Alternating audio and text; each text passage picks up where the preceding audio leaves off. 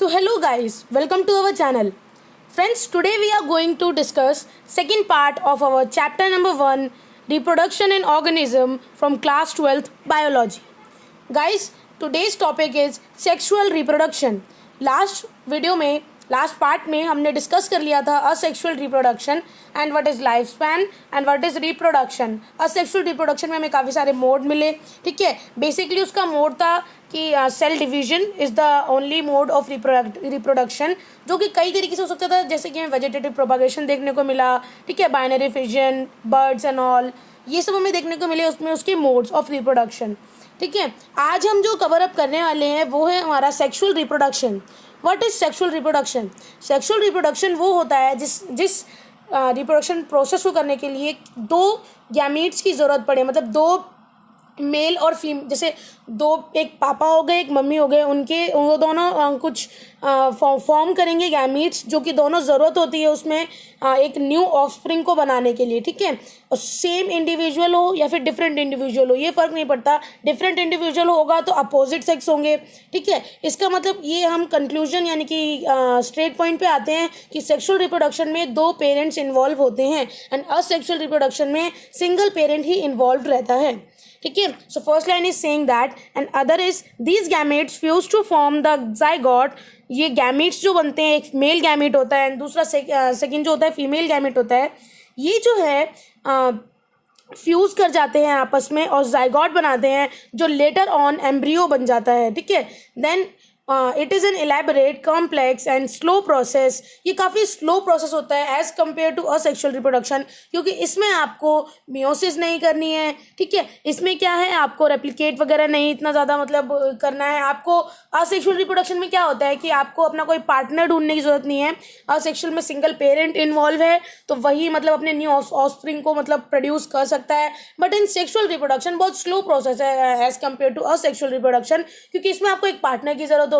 इसमें दो गैमीट्स बनेंगे जो कि लेटर ऑन जाइगोट से एम्ब्रियो बनाएंगे. So it takes lot of time. ठीक है, because of this fusion of male and female gametes. और किस लिए ये इतना स्लो प्रोसेस है? बिकॉज इसमें फ्यूजन होता है मेल एंड फीमेल गैमीट्स का. ठीक है, sexual reproduction result in offspring that are not identical to the parents और अमंग्स देमसेल्फ. सेक्सुअल रिप्रोडक्शन में जो ऑफस्प्रिंग बनते हैं, जो न्यू ऑर्गेनिज्म प्रोड्यूस हुए हैं, जो बच्चे बने हैं, वो आइडेंटिकल नहीं होते हैं अपने पेरेंट्स से. सिमिलैरिटीज़ उनमें होती हैं. यहाँ देखो, सिमिलैरिटीज़ और आइडेंटिकल में आप वर्ड में आप डिफरेंस देख सकते हो कि सिमिलैरिटी तो हो सकती है बट आइडेंटिकल, एग्जैक्ट आइडेंटिकल वो अपने पेरेंट्स जैसे नहीं होंगे. क्यों? बिकॉज उसमें कुछ कैरेक्टर्स होंगे फादर के, कुछ कैरेक्टर्स होंगे मदर के, वो दोनों मिलके बनाएंगे जो न्यू ऑफस्प्रिंग होगा. ठीक है, देख लेते हैं एक बार हम. चलिए यहाँ पर हम एक बार समझ लेते हैं हम क्या कहने की कोशिश कर रहे हैं. समझ लो, ये एक पेरेंट है जो कि मतलब फादर है. ठीक है, और ये जो है ये मदर है. ठीक है, देन ये जो है अपने जो कैरेक्टरिस्टिक्स हैं ये प्रोवाइड करेंगे और एक न्यू प्रोजेनी बनेगी जो कि होगी इनका बेबी. ठीक है, इसके अंदर कुछ कैरेक्टर्स आएंगे इनके. अब देखो, कुछ हाफ कैरेक्टर इनके आएंगे, हाफ कैरेक्टर्स इनके आएंगे. ठीक है, तो ये एग्जैक्ट ना तो इनकी तरह होगा ना ही एग्जैक्ट इनकी तरह, ये कुछ नया ही बनकर निकलेगा. ठीक है, यही हम इसमें समझाने की कोशिश करें कि कुछ नया ही बनकर निकलेगा. तो ये आइडेंटिकल तो बिल्कुल भी नहीं होने वाले हैं. ठीक है, अब आप देखो कि होमोगैमीट और हेट्रोगैमीट क्या होता है. हर एक पैराग्राफ में कुछ ना कुछ आइडिया है, मैं आपको वही आइडिया समझाने का ट्राई कर रही हूँ. ठीक है, होमोगैमीट एंड हेट्रोगैमीट में क्या डिफरेंस है? जब भी जो गैमीट हैं वो सेम तरह के होंगे, जस्ट लाइक दिस,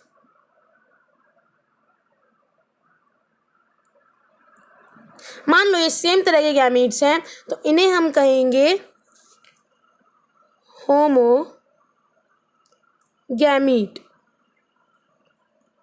ठीक है, देन हम आगे देखते हैं कि हेट्रोगैमीट क्या होते हैं. जब दो डिफरेंट तरह के गैमीट इन्वॉल्व होते हैं इसमें, देखो ये दो डिफरेंट तरह के गैमीट हो गए तो उसको हम कहेंगे हेट्रोगैमीट. ओके, अब मैं इतना समझ लूँ कि आपको आइडिया तो इसका मिल ही गया है. ठीक है, अब हम एक बार आगे देख लेते हैं. अ स्टडी ऑफ डाइवर्स ऑर्गेनिज्म यानी कि प्लांट, एनिमल और फंगाई शो दैट दो they differ so greatly in external morphology, internal structure उनका सेम ही होता है, मोफोलॉजिकली वो काफ़ी डिफरेंट हो सकते हैं, ठीक है, उनकी फेस फीचर्स नहीं मिलते हैं, ठीक है, हाइट कम ज़्यादा हो सकती है, बट इंटरनली स्ट्रक्चर सेम होता है, ठीक है। Then when it comes to sexual mode of reproduction, surprisingly they are a similar pattern, ठीक है। let us first discuss what features are common to these diverse organisms। कुछ ऐसे features हैं जो कॉमन हैं इनके अंदर। अब देखते हैं जुवेनाइल फेज एंड जो हमारा वेजिटेटिव फेज है ये क्या है, ये मतलब क्या बताने की कोशिश कर रहे हैं। देखो, all organism have to reach a certain stage of growth and maturity. So ये जो ग्रोथ एंड मेच्योरिटी वाला जो स्टेज है, ठीक है, ये जो एनिमल्स में है उसे हम कहते हैं जुवेनाइल फेज, और जो प्लांट्स है उसके अंदर हम कहते हैं इसे वेजिटेटिव फेज। आई होप आपको समझ में आया होगा जुवेनाइल और वेजिटेटिव फेज क्या है। रिप्रोडक्शन से पहले एक ऑर्गेनिज्म को ग्रो करना भी ज़रूरी है। एक ऑर्गेनिज्म जैसे कि बॉयज़ में 16 जो होती है, 16, 17, 18, जब तक वो पूरी तरह से रिप्रोड्यूस करने के लिए तैयार नहीं हो जाए, ठीक है, तो उसे तब तक वो जुवेनाइल फेज से वेजिटेटिव फेज में नहीं आएंगे। जब हमारी बॉडी पूरी तरह से रिप्रोड्यूस करने के लिए तैयार हो जाती है तब वो रिप्रोडक्टिव फेज में जाती है। उससे पहले जो फेज आता है जब वो ग्रोथ और मेच्योरिटी को लेवल को मतलब कंसिडर करके वो उस लेवल तक पहुंच रही होती है, जब वो ग्रोथ और मेच्योरिटी के लेवल पर होती है तो उस फेज को कहते हैं एनिमल्स में juvenile phase, and in plants it is known as vegetative phase, ठीक है। अब ये इसके लिए जुवेनाइल फेज के लिए और क्या मतलब कंसिडर क्या करे जाते हैं कैरेक्टर, तो वो कैरेक्टर्स होते हैं, एक सेकेंड हम एक बार देख लेते हैं कि देखो वो कैरेक्टर्स क्या होते हैं कि जब भी हमारा मतलब जुवेनाइल फेज अगर हमें पता करना हो तो वो कैरेक्टर्स होते हैं, एक second,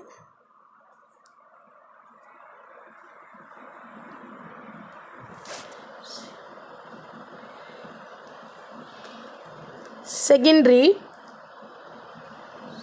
sexual character,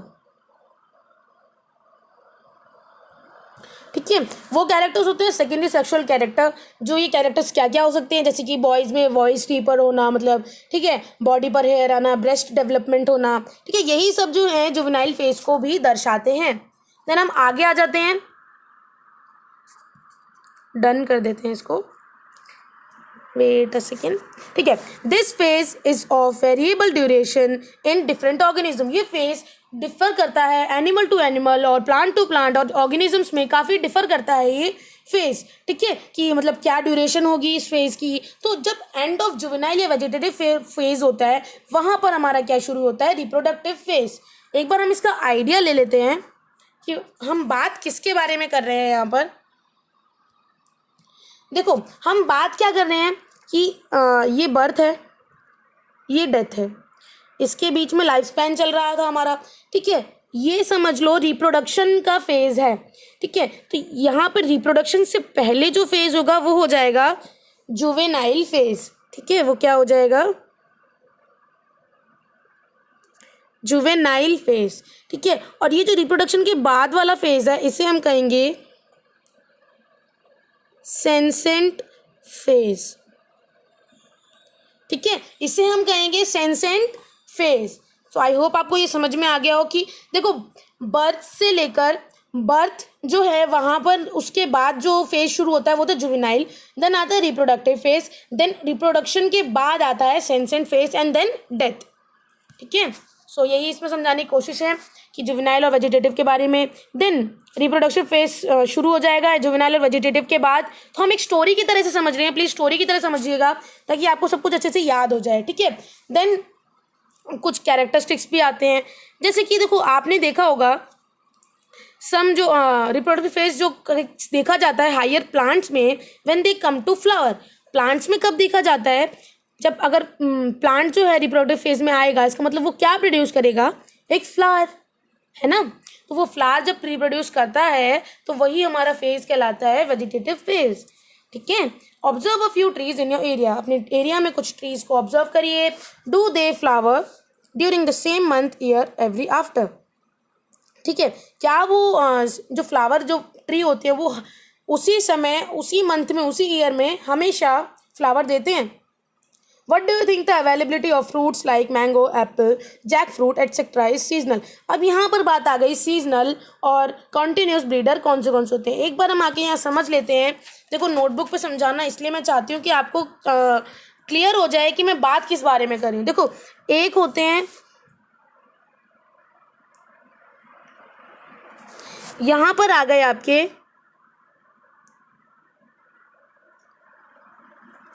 continuous breeder और यहाँ पर आपके आ गए सीजनल। ठीक है, तो कॉन्टिन्यूस और सीजनल में क्या डिफरेंस है?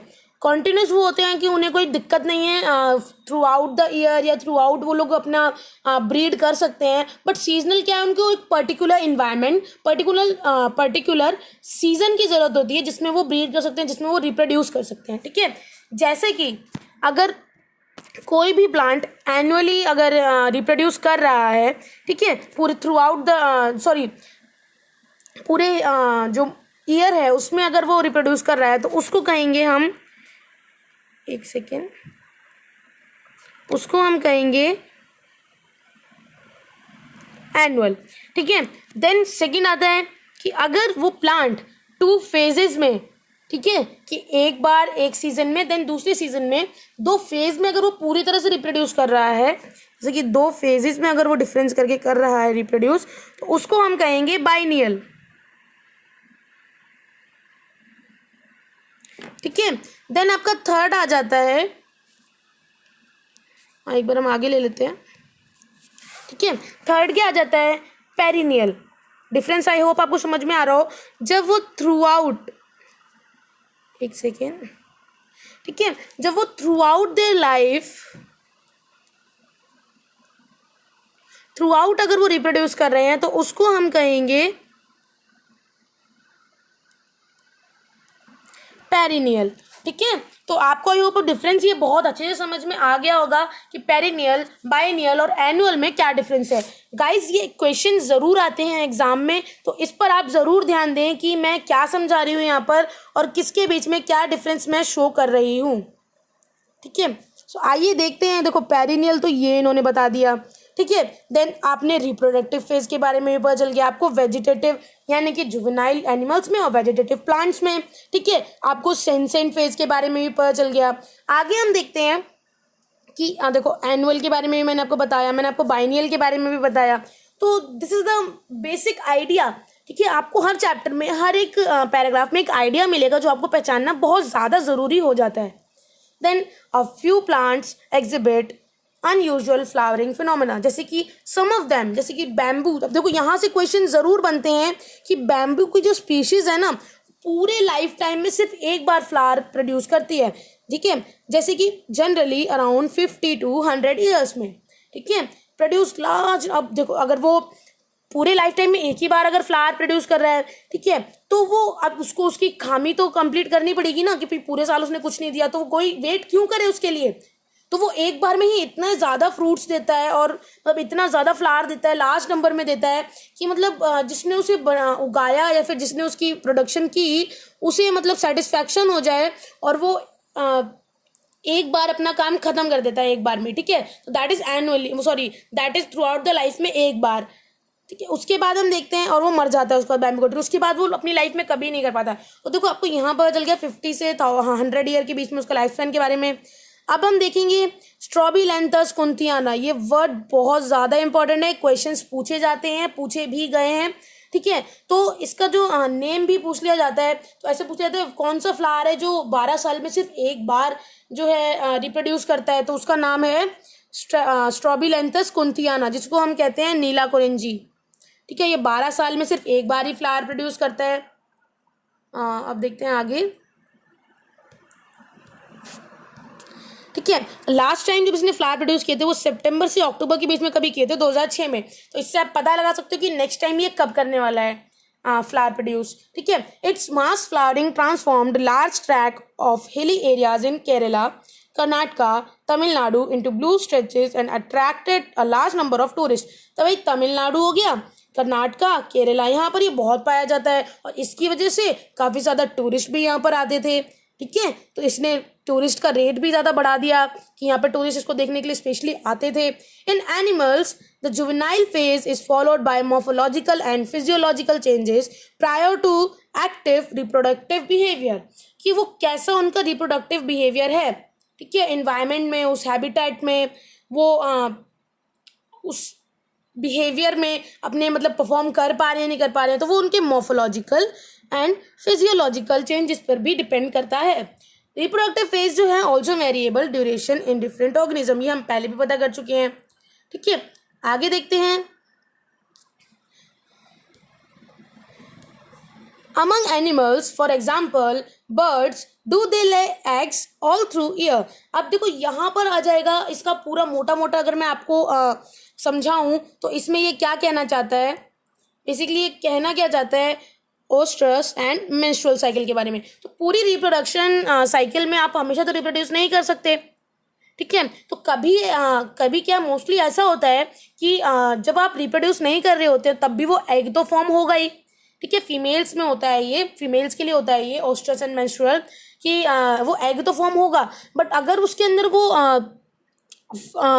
अगर वो मतलब फ्यूज़ नहीं हुआ, सॉरी, अगर वो फ्यूज़ नहीं हुआ तो वो कुछ तो करेंगे ना उसका, तो उसको वो बाहर वेस्ट की तरह वो बाहर निकाल देते हैं, तो वो ब्लीडिंग के रूप में मतलब फीमेल्स में मतलब मेंस्ट्रुअल साइकिल देखने को मिलती है, और जो यानी कि मैमल्स में एंड जो बर्ड्स वगैरह होती हैं उनमें देखने को मिलती है ओस्ट्रस साइकिल, ठीक है। तो यही है, यहाँ की एग्जाम्पल आपको दे रखी है मंकी, एप्स एंड ह्यूमंस, और यहाँ पर आपको ओस्ट्रस साइकिल जैसे कि एग्जाम्पल दिए हुए हैं cow, sheep, rat, deer, dog, tiger, ठीक है। तो आप एग्जाम्पल आपसे कोई पूछ ले ओस्ट्रस साइकिल और मेंस्ट्रुअल साइकिल के तो आप बता सकते हो, यहाँ पर एग्जाम्पल दिए हुए हैं। और अगर आपसे कोई डेफिनेशन पूछ ले तो साइक्लिक चेंजेस ड्यूरिंग रिप्रोडक्शन, ठीक है, आर नोन एज ओस्ट्रस साइकिल या फिर मेंस्ट्रुअल साइकिल, ठीक है। Many mammals specially those living in natural wild condition exhibit such cycle only during favourable season in their reproductive phase, ठीक है। कई ऐसे मैमल हैं जो कि स्पेशली जो लिविंग नेचुरल में हैं, नेचुरल जगह पर रहते हैं, तो वाइल्ड कंडीशन में रहते हैं, तो वो एग्जिबिट करते हैं ऐसी साइकिल को, मतलब उनमें ऐसी साइकिल देखने को मिलती है ड्यूरिंग देयर फेवरेबल सीजन, ठीक है। आगे देख लेते हैं क्या बताने की कोशिश कर रहा है हमारा चैप्टर हमको, कि सीजनल ब्रीडर्स भी कहा जाता है। आपने सीजनल ब्रीडर्स के बारे में तो आप जान ही चुके हैं कि सीजनल ब्रीडर्स क्या थे और कॉन्टिन्यूस ब्रीडर क्या थे। Many other mammals are reproductively active throughout their reproductive phase and hence called continuous breeder. आपको कॉन्टिन्यूस ब्रीडर्स की भी डिफाइन मिल चुकी है कि mammals are reproductively active throughout their reproductive phase, उनको कहते हैं कॉन्टिन्यूस ब्रीडर, और जो फेवरेबल कंडीशन में ही सिर्फ एक्टिव रहे रिप्रोडक्शन के लिए और रिप्रोडक्टिव फेज के लिए, तो वो कहलाएंगे seasonal breeders. That we all grow old, हम सब बूढ़े होते हैं अगर हम, हाँ ये बहुत सार्कास्टिक लाइन ऐड की गई है, if we live long enough is something that we recognise. हम कुछ देखते हैं, जब हम ओल्ड होते हैं तो हम कुछ चीज़ें रिकॉग्नाइज करते हैं। एक second,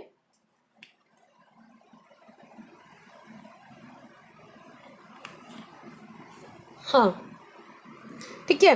the end of reproductive phase can be considered as one of the parameter of senescence और ओल्ड एज, यानी सेंसेंट फेज यहाँ पर स्टार्ट होने लग जाता है।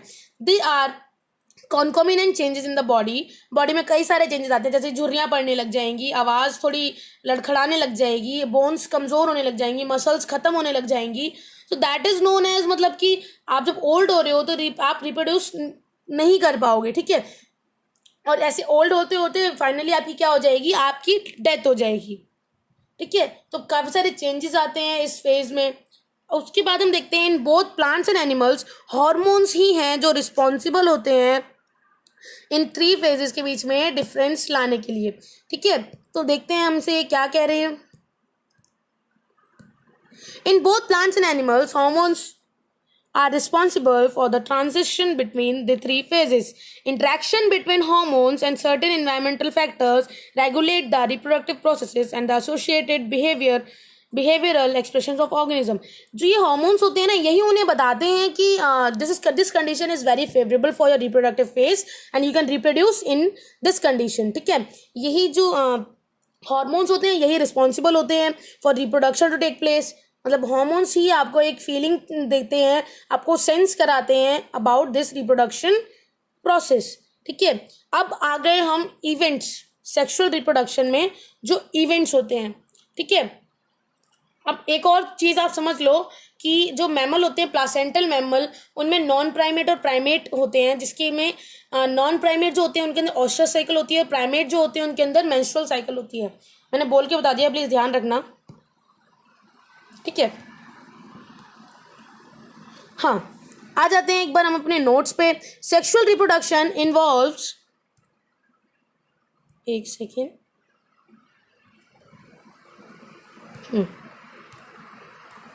sexual reproduction involves the formation of male and female gametes in either the same individual or two individuals. These gametes fuse to form a zygote. zygote बनाती हैं which later develops into a new individual यानी कि embryo. ठीक है, offsprings are not identical to each other, एक दूसरे से identical नहीं होते हैं वो। ठीक है, पेरेंट्स से आइडेंटिकल नहीं होते हैं। ठीक है, यानी कि आइडेंटिकल नहीं होते, सिमिलैरिटीज होती हैं। ठीक है, so sexual reproduction give rise to diversity, यानी कि सेक्सुअल रिप्रोडक्शन डाइवर्सिटी को देती है। इनके अपने अपने एडवांटेज होते हैं सेक्सुअल रिप्रोडक्शन और असेक्सुअल रिप्रोडक्शन के। All organisms pass through two stages, दो स्टेजेस से पास होते हैं सारे ऑर्गेनिज्म, जो कि होती है juvenile phase and vegetative phase. Juvenile phase जो होती है वो एनिमल्स में देखने को मिलती है, यानी कि पीरियड ऑफ ग्रोथ होता है, और ये नॉन रिप्रोडक्टिव फेज होता है। देन वेजिटेटिव फेज जो होता है या फिर रिप्रोडक्टिव फेज होता है, कि ये हम प्लांट्स के अंदर यूज करते हैं। देन आगे देखते हैं, in non primate mammals like sheep, देखो मैंने ये पढ़ तो लिया है बट मैं चाहती हूँ कि आप भी इसको एक बार पढ़ लो। ठीक है, change in the activities of the ovaries and oviduct called the oestrus. जो शीप वगैरह होती है, काव वगैरह होती है, उसमें ऑस्ट्रस साइकिल होती है और उनमें मेंस्ट्रुअल साइकिल होती है। साइक्लिक चेंजेस जो होते हैं, ये आपको अच्छे समझा चुकी हूँ, यहाँ बस ओवरव्यू ले रही हूँ ताकि आपको ये नोट्स पता चल जाए। Certain mammals are called continuous breeders since they can reproduce throughout their reproductive phase. अपने reproductive phase के दौरान हर टाइम वो reproduce कर सकते हैं throughout। ठीक है, और seasonal वो होते हैं जो सिर्फ अपने favorable condition में ही reproduce कर सकें। अब आ गए हम events पे। events क्या हैं? प्री फर्टिलाइजेशन इवेंट, फर्टिलाइजेशन जहाँ पे फर्टिलाइजेशन बेसिकली होगी, देन आ जाते हैं पोस्ट फर्टिलाइजेशन इवेंट। ठीक है, तो हम आ जाते हैं प्री फर्टिलाइजेशन इवेंट्स में क्या क्या आ जाता है। सबसे पहले गैमीट बनेंगे। अब गैमीट जब बन गए हैं तो उनका ट्रांसफर होना भी बहुत ज़्यादा ज़रूरी है। ठीक है, तो गैमीट बनने के बाद गैमीट का ट्रांसफर होना काफ़ी ज़्यादा ज़रूरी हो जाता है। तो हम देखते हैं कि गैमेटोजेनेसिस क्या होता है। ठीक है, गैमेटोजेनेसिस जानने से पहले एक बार यहाँ पर भी देख लेते हैं। After attainment of maturity all sexually reproducing organism exhibit events and processes that have remarkable fundamental similarity even though the structure associated with the sexual reproduction are indeed very different. The events of sexual reproduction, मतलब अब यहाँ पर इतना सब पढ़ के देखो फ़ायदा तो है नहीं। मैं आपको पहले ही बता चुकी हूँ कि जो मैं पढ़ाने वाली हूँ वो इनमें से तो होता नहीं है, वो होता है मेरी नॉलेज के बेसिस पे, वो होता है मेरे नोट्स के बेसिस पे। ठीक है, देन हम आ जाते हैं, सबसे पहले आते हैं प्री फर्टिलाइजेशन इवेंट में। तो इसके अंदर क्या होगा, सबसे पहले गैमेटोजेनेसिस होगा। इसका मतलब गैमीट्स का फॉर्मेशन होगा। ठीक है, एक बार यहाँ पर आके समझते हैं प्रोसेस ऑफ फॉर्मेशन। देखो आपको क्या बेसिकली एनसीईआरटी तो छाप के नहीं आनी है, आपको बेसिकली अपना आंसर लिखना है, तो इस नोट्स में आपको आंसर भी मिलेंगे। ठीक है, process of formation of gametes यानी कि मेल एंड फीमेल, उसको कहते हैं हम गैमेटोजेनेसिस। गैमेट्स जो होते हैं वो हैप्लॉइड बनते हैं। ठीक है, देन इन सम ऑर्गेनिज्म जैसे कि एल्गे होते हैं, दे आर ऑलमोस्ट सिमिलर होंगे तो वो होमोगैमेट्स होंगे। मैं आपको समझा चुकी हूँ, ये हो गए सिमिलर। ठीक है, ये हो गए डिफरेंट, ये होमो हो गए, ये हेट्रो हो गए। ठीक है, या फिर आइसोगैमेट्स। ठीक है, then can not be categorise, जिसमें हम कैटेगराइज ना कर पाए कि मेल वाला कौन सा गैमेट है एंड फीमेल वाला कौन सा गैमेट है, तो वो हो गए होमो। और बाकी जो अदर ऑर्गेनिजम्स होते हैं उसमें दो गैमेट्स होते हैं जो कि मॉर्फोलॉजिकली बहुत डिफरेंट होते हैं। ठीक है, उन्हें हम कहते हैं हेट्रोगैमेट्स। ठीक है, या फिर अनाइसोगैमेट्स भी कहते हैं। ठीक है, जिसमें हमें पता चल जाए कि मेल गैमेट जो है वो स्पर्म है और फीमेल गैमेट जो है वो एग या ओवम है। ठीक है, देन हम आगे आते हैं, कुछ ऑर्गेनिज्म ऐसे भी हैं जिनमें दोनों सेक्सेस प्रेजेंट होते हैं। ठीक है, तो वो जिसमें दोनों सेक्सेस प्रेजेंट होते हैं वो हमारे क्या होते हैं, वो होते हैं मोनोशियस। ठीक है, होमो आपको पता, होमो देखो आप अगर बायोलॉजी स्टूडेंट हो तो आपको होमो वर्ड याद रखना है, वो सिमिलर के लिए यूज होता है और हेट्रो डिफरेंट के लिए यूज होता है। ठीक है, देन मोनोशियस हो गए अगर उसमें दोनों इंडिविजुअल सेम में प्रेजेंट हैं, और अगर दोनों इंडिविजुअल अलग में प्रेजेंट हैं यानी कि दो इंडिविजुअल में प्रेजेंट हैं तो वो हो जाएंगे डायोशियस या फिर हेट्रोथेलिक। ठीक है, यूनिसेक्सुअल फ्लावर जो होता है उसके अंदर अगर मेल फ्लावर होगा तो उसका नाम होगा स्टेमिनेट, और फीमेल फ्लावर होगा तो उसका नाम होगा पिस्टिलेट। ठीक है, देन अगर बाइसेक्सुअल फ्लावर होगा तो उसी के अंदर स्टेमिनेट होगा, उसी के अंदर पिस्टिलेट होगा। ठीक है, तो गैमीट फॉर्मेशन जो होती है वो कैसे टेक प्लेस करती है, सेल डिवीजन के थ्रू। ठीक है, जब सेल डिवाइड होगा तब गैमीट फॉर्म होंगे। हैप्लॉइड पेरेंट्स यानी कि जो ये मदर ये फादर ये होते हैं, इनके अंदर माइटोसिस होता है, और असेक्सुअल में क्या होता है, मियोसिस। ठीक है, और डिप्लॉइड पेरेंट्स में ये मियोसिस के रूप में प्रेजेंट होगा। ठीक है, ये बहुत इंपॉर्टेंट पार्ट्स समझा रही हूँ, अभी समझ लो ध्यान से कि हैप्लॉइड पेरेंट्स जो होते हैं उनके अंदर माइटोसिस काम करता है और डिप्लॉइड के अंदर मियोसिस काम करता है। ठीक है, हैप्लॉइड के अंदर उसे डबल करना है तो वो 2n हो जाएगा यानी कि माइटोसिस हुआ, एंड डिप्लॉइड के अंदर उसे सिंगल करना है यानी कि n करना है तो उसके अंदर हो जाएगा मियोसिस। ठीक है, with specialised cell called meiocytes. Meiocytes होते हैं वो मियोसिस के अंदर जाते हैं, जिनकी वजह से मियोसिस और माइटोसिस हो पाता है। आगे हम चलते हैं। अब आ गया, अब देखो यहाँ पर देख लेते हैं कि हमारे इस चैप्टर में क्या लिखा हुआ है। गैमीट ट्रांसफर में gametogenesis refer to the process of formation of the two type of gamete, male and female. Gametes haploid होते हैं, ये आप देख चुके हो। ठीक है,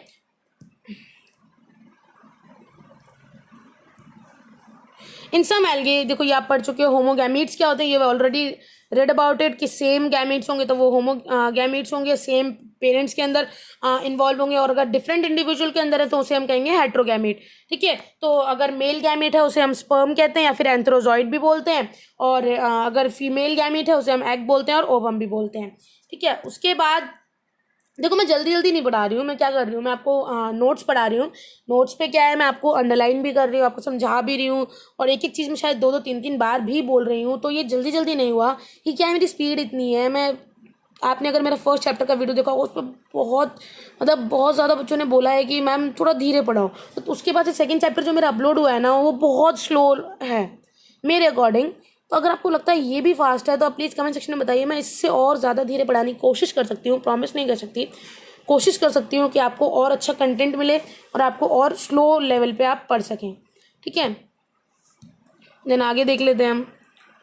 अब देखो 3 मोनोशियस डायोशियस के बारे में आप पढ़ चुके हो। देखो जो मैं आपको नोट्स में पढ़ा चुकी हूँ ये सिर्फ उसी की बात कर रहा है। मोनोशियस क्या होते हैं, डायोशियस क्या होते हैं। अगर सेम पेरेंट के अंदर दोनों इंडिविजुअल प्रेजेंट हैं तो वो हो जाएगा मोनोशियस, और अगर डिफरेंट पेरेंट के अंदर यानी कि डिफरेंट पेरेंट के अंदर अगर सारे जो दोनों इंडिविजुअल जो हैं डिफरेंट पेरेंट के अंदर, जैसे कि ह्यूमंस में देखा जाता है मेल के अंदर स्पर्म फीमेल के अंदर एग, अगर वैसे प्रेजेंट है तो उसे हम कहेंगे डायोशियस। मोनो मतलब सिंगल, डाय मतलब 2। टर्मिनोलॉजी समझो, मोनो मतलब सिंगल, डाय मतलब 2।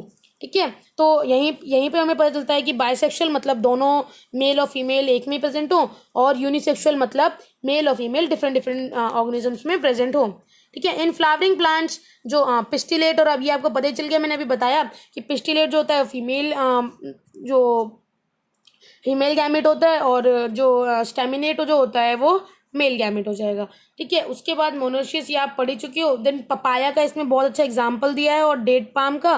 ठीक है, ये हो गए हमारे डायोशियस, और मोनोशियस कौन से होते हैं हमारे, कुकुरबिट्स एंड कोकोनट्स। ये हो गए हमारे एग्जाम्पल। अब हम आगे आ जाते हैं, यूनिसेक्सुअल बाइसेक्सुअल में आपको डिफरेंस पता चल गया। देन हम आ जाते हैं हर्माफ्रोडाइट्स। व्हाट आर हर्माफ्रोडाइट्स, जैसे कि आपने देखा होगा अर्थवॉर्म जो है एक टाइम पे फीमेल की तरह भी बिहेव कर लेता है, एक टाइम पे मेल की तरह भी बिहेव कर लेता है, तो उसके पास दोनों कैरेक्टर्स हैं। ठीक है, तो जब वो उसके पास बोथ मेल और फीमेल रिप्रोडक्टिव ऑर्गन्स हैं तो इस टाइप के फॉर्म्स को क्या कहेंगे, हर्माफ्रोडाइट्स। ठीक है, तो कॉकरोच जो है वो एक एग्जाम्पल है बहुत अच्छा यूनिसेक्सुअल स्पीसीज का। फिर उसके बाद सेल डिवीजन होता है जिसमें कि गैमीट फॉर्मेशन होता है। गैमेटोजेनेसिस बेसिकली यहाँ पर स्टार्ट हो रहा है कि गैमीट्स जो होते हैं सारे हेट्रोगैमेटिक होते हैं, यानी कि 2 डिफरेंट टाइप के होते हैं, मेल और फीमेल गैमीट्स। गैमीट्स क्या होते हैं, बेसिकली हैप्लॉइड होते हैं गैमीट्स हैप्लॉइड होते हैं, मेल एंड फीमेल टाइप के होते हैं। ठीक है, उसके बाद ये या तो हैप्लॉइड ऑर्गेनिज्म को बनाएंगे या फिर डिप्लॉइड को बनाएंगे। हैप्लॉइड पेरेंट जो होते हैं वो प्रोड्यूस करते हैं बाय माइटोटिक डिवीजन। ठीक है, और जो डिप्लॉयड होते हैं वो प्रोड्यूस करते हैं बाय मियोसिस डिवीजन। अगर डिप्लॉयड ही है, वो 2n ही है, तो उन्हें 2 गैमेट्स बनाने पड़ेंगे, इसका मतलब मियोसिस होगी, यानी कि n और n हो जाएंगे। और अगर उन्हें अगर सिंगल है तो उन्हें डबल करने पड़ेंगे, तो उसके अंदर माइटोटिक डिवीजन जरूर होगी। देन हम आ जाते हैं आगे, जिसके अंदर हमें बताया गया है several organism belonging to the Monera, fungi, algae and bryophytes. ठीक है, हैव हैप्लॉइड प्लांट बॉडी, जैसे कि फंगाई में, एल्गे में, मोनेरा में, ब्रायोफाइट्स में हैप्लॉइड बॉडी है। ठीक है, लेकिन जो ऑर्गेनिज्म जो होते हैं ना टेरिडोफाइट्स के और जिम्नोस्पर्म के या एंजियोस्पर्म के, वो बेसिकली डिप्लॉयड होते हैं, उनकी पेरेंटल बॉडी। ठीक है, यहीं पर हमें बताया गया है कि यहाँ पर मियोसिस और माइटोटिक डिवीजन कैसे काम कर रहे हैं। ठीक है, मियोसिस को हम क्या कहते हैं, द रिडक्शन डिवीजन। ठीक है, has to occur if a diploid body has to reproduce haploid gametes.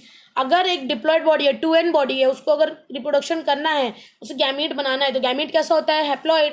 ठीक है, तो उसके लिए उसे क्या करना पड़ेगा, अपने आप को रिड्यूस करना पड़ेगा, तो वहां पर क्या होगा, मियोसिस होगी।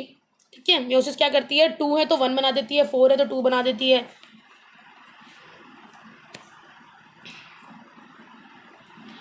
देन हम आगे आ जाते हैं,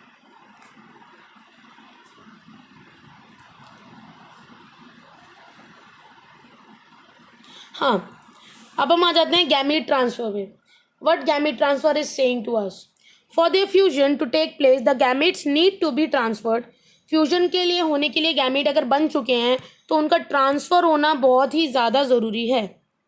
ठीक है, अगर गैमीट ट्रांसफर नहीं करेंगे, जैसे कि मेल गैमीट बन चुका है स्पर्म, अगर वो एग तक पहुंचेगा ही नहीं तो फर्टिलाइजेशन कैसे होगा, फ्यूज कैसे करेंगे। दैट इज वेरी इंपॉर्टेंट कि गैमीट ट्रांसफर हो। मोस्ट ऑर्गेनिज्म होते हैं जिसमें कि मेल गैमेट जो होते हैं वो मोटाइल होते हैं, यानी कि मूव कर सकते हैं, और फीमेल गैमेट नॉन मोटाइल होता है, यानी कि वो मूव नहीं कर सकते। तो मेल गैमेट होते हैं, उनको कुछ मीडियम चाहिए होता है अपनी मूवमेंट के लिए, जैसे कि स्पर्म जो होता है वो मूव कैसे करता है, उसके लिए काफ़ी मतलब फ्लूइड ज़रूरी होता है उनकी बॉडी के अंदर। ठीक है, large number of male gamete do not make it to the, मतलब आप ये सोच सकते हो कि मतलब 1000 नंबर में, लाख नंबर्स में मतलब बनते हैं स्पर्म्स, बट उसमें से कोई एक ही जाकर फ्यूज होता है बाई चांस। इसका मतलब काफ़ी सारे ऐसे जो मेल गैमेट्स होते हैं वो फीमेल गैमेट तक नहीं पहुंच पाते, फ्यूज नहीं कर पाते, वो जो हैं एक तरीके से मतलब ख़त्म हो जाते हैं। तो इसीलिए इस several thousands of male gametes के जो प्रोड्यूस होते थे उसके लॉस को ओवरकम करने के लिए मतलब इस तरह से ये स्टेप है गैमेट ट्रांसफ़र का, कि मतलब अगर वो फीमेल गैमेट तक नहीं पहुंच रहे तो वो डिस्ट्रॉय ज़रूर हो जाएं। ठीक है, देन हम आते हैं एंजियोस्पर्म के केस पर। इन angiosperm the pollen grains carries the male gamete. Angiosperm में क्या होता है, हम प्लांट की बात कर रहे हैं, जो पोलन ग्रेन्स है वो कैरी करते हैं मेल गैमेट। ठीक है, एंड जो ओव्यूल होते हैं उनके पास होता है फीमेल गैमेट। अब मेल गैमेट जो है, समझ लो ये है मेल गैमेट, पोलन ग्रेन्स। ठीक है, उसके ऊपर है हमारा मेल गैमेट, और यहाँ पर है हमारा ये फ्लावर का, समझ लो ये पिछली एरिया ओवरी हो गई। ठीक है, तो ये सब हो गया। अब यहाँ पर ये हो गया, ये ड्राइंग अच्छी नहीं है फिर बता रही हूँ, बट ठीक है। ठीक है, अभी यहाँ पर आना तो है इसको, तो आएंगे कैसे, पॉलिनेशन के थ्रू। ये पॉलिनेशन कैसे हो सकता है, एयर से भी हो सकता है, वाटर से भी हो सकता है। ठीक है, तो ये स्टिग्मा तक पहुँचने के लिए, उसके क्लोज पहुँचने के लिए पॉलिनेशन बहुत ही ज़्यादा अच्छा मीडियम है कि जो फर्टिलाइजेशन होने के लिए पोलन ग्रेन्स का स्टिग्मा के पास पहुँचना काफ़ी इंपॉर्टेंट है, जिससे कि वो यहाँ आकर अपना फर्टिलाइजेशन टेक प्लेस कर सके। ठीक है, दैट इज़ वेरी इंपॉर्टेंट। हम आगे चलते हैं। अब देखो ये वाला पार्ट जो है ये हम बाद में पढ़ेंगे नेक्स्ट वीडियो में, क्योंकि वीडियो काफ़ी लंबी हो चुकी है, 34 मिनट्स की हो चुकी है। अभी इसके बाद पार्ट 3 में हम पढ़ेंगे फर्टिलाइजेशन इवेंट। इसके लिए आप प्लीज़ अपनी नोटबुक साथ लेके बैठें, और आपको अगर कोई चीज़ समझ में नहीं आ रही है तो प्लीज़ मुझसे बात करें, मुझे बताएं कि मैम मुझे ये चीज़ समझ में नहीं आ रही है, आप प्लीज़ मुझे ये चीज़ दोबारा समझाइए। ट्रस्ट मी, मैं आपके हर कमेंट को देखती हूँ, और कहीं मुझे कुछ गलत लगता है कि हाँ भाई ये बच्चों को ये समझ में नहीं आया है, और काफ़ी बच्चे इसके बारे में पूछ रहे हैं। फिर अगर आप सिंगल बच्चे भी हैं जिसको ये डाउट है तो मैं उसके लिए भी क्लियर ज़रूर करूँगी, बट प्लीज़ आप अगर कमेंट नहीं करेंगे तो मुझे आपकी दिक्कत पता नहीं चलेगी, मुझे ये पता नहीं चलेगा आपको क्या चीज़ समझ में आ रही है और क्या चीज़ में आपको दिक्कत हो रही है, जिससे मैं इम्प्रूव करूँ। आप मुझे कमेंट सेक्शन में ज़रूर बताइए कि ये जो नोट्स से पढ़ाने वाला तरीका है, नोट्स और एनसीईआरटी को कंबाइन करके, क्या ये तरीका आपको पसंद आ रहा है? तो मैं नेक्स्ट चैप्टर पे भी इसी को कंटिन्यू रखूँगी और 11th क्लास के लिए भी इसी तरीके को कंटिन्यू रखूँगी। बट अगर आपको ये तरीका पसंद नहीं आ रहा है तो आप प्लीज़ मुझे बताइए, रादर देन मतलब आप एकदम से नेगेटिव कमेंट करें। आप प्लीज़ पहले कमेंट करके मुझे पोलाइटली आप मुझे बताएं, ताकि मैं उस पर वर्क कर सकूं और आपको नेक्स्ट वीडियो जो है पहले की तरह ही मिले, ठीक है, जिसमें कोई नोट्स ना हो, आपको सीधा एनसीईआरटी से ही पढ़ाऊँ। मैं एनसीईआरटी से ही पढ़ा रही हूँ अभी भी, बस मैं कोरिलेट कर रही हूँ, क्योंकि at the end of the day आपको एग्ज़ाम देना है, मुझे नहीं। एग्ज़ाम आपको देकर आना है, उसके अंदर आपको कुछ आंसर्स लिखने हैं। तो ये जो नोट्स हैं ये आपको आंसर्स लिखने में बहुत ज़्यादा हेल्प करने वाले हैं, ताकि आप जो है आगे चल के अगर आप बोर्ड्स में दें, ये 12th क्लास का है ना बेसिकली सिलेबस, तो इसमें अगर आपको बोर्ड्स तो देना ही है, तो बोर्ड्स में क्या है, बायोलॉजी का पेपर इजी आता है। बच्चे सोचते हैं कि यार हमारे मार्क्स अच्छे से आ जाएंगे, but that's the most difficult one, that's the most difficult part. आपको लगता है मार्क्स आ जाएंगे, बायोलॉजी में मार्क्स आ जाएंगे, बट मार्क्स होता नहीं है ऐसा, ठीक है। आप इमेजिन कर रहे हो तो 90+, एंड मार्क्स आ जाते हैं 80+, 70+, मार्क्स वहीं आकर रुक जाते हैं। तो बायोलॉजी में इतनी इजीली मार्क्स नहीं मिलते हैं, आपको अच्छे से पढ़ना होगा, उसके लिए आपको प्रिपेयर करना होगा। सो गाइज, अगर आपको वीडियो अच्छी लगी तो प्लीज़ अभी लाइक कर दीजिए, सब्सक्राइब जरूर कीजिए चैनल को, और प्लीज़ अगर आपको वीडियो ने बिल्कुल थोड़ा भी हेल्प किया है तो लाइक करना ना भूलें, ऐसे ही ना जाएं। और नए दोस्तों से ये रिक्वेस्ट है कि वो अभी इस चैनल को सब्सक्राइब कर दें, ताकि आपका ही भला हो, ठीक है, और मुझे भी नए दोस्त मिले।